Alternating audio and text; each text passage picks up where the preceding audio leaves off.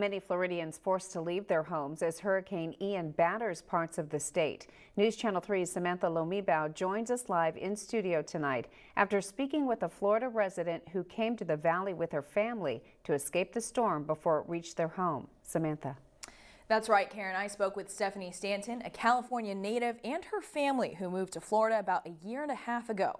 Now, when Hurricane Ian made landfall, it was on path to strike her home, but fortunately that storm just missed it. But Stanton tells me it was a terrifying experience knowing that anything could happen. There is a chance that we could lose everything. Stephanie Stanton recalls the moment when her and her family had to pack up and prep their home for Hurricane Ian. It was very traumatic. It was very stressful. I had a lot of anxiety. I was breaking down crying. I have never been through this. Furniture stacked on top of each other, elevated several inches above the ground in case of a flood. So we were scrambling. We were putting furniture on blocks. Raised all the furniture, put everything on bricks, put furniture on top of furniture.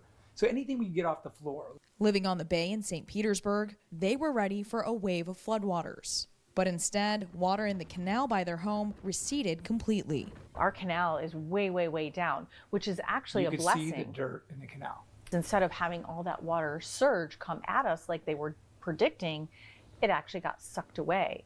Stanton, her husband Mark, and their kids already had plans to vacation in California later this week. But because of the storm, the trip went from vacation to evacuation. At the end of the day, you have to come to this point of surrender where you're like, okay, it's just stuff. I have my life, I have my family, and that's it. Since moving to Florida just 18 months ago, this is the first hurricane their family has experienced firsthand. I don't think anybody could even imagine a wall of water that is 18 feet, is what top, 3 times taller than me. As a former reporter in Los Angeles, Stanton has covered several natural disasters, ranging from wildfires to mudslides to earthquakes. But she tells me none of those experiences prepared her for Hurricane Ian. And I've interviewed people who've lost everything.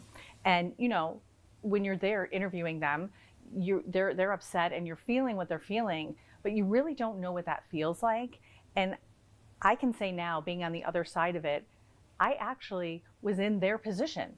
Although her home and family are safe from the storm, it hasn't stopped her from worrying about the millions of other people that are suffering through it. All those people down there, they're facing that devastation that you could have had. So it's like it's an awful place to be. It's really a no-win.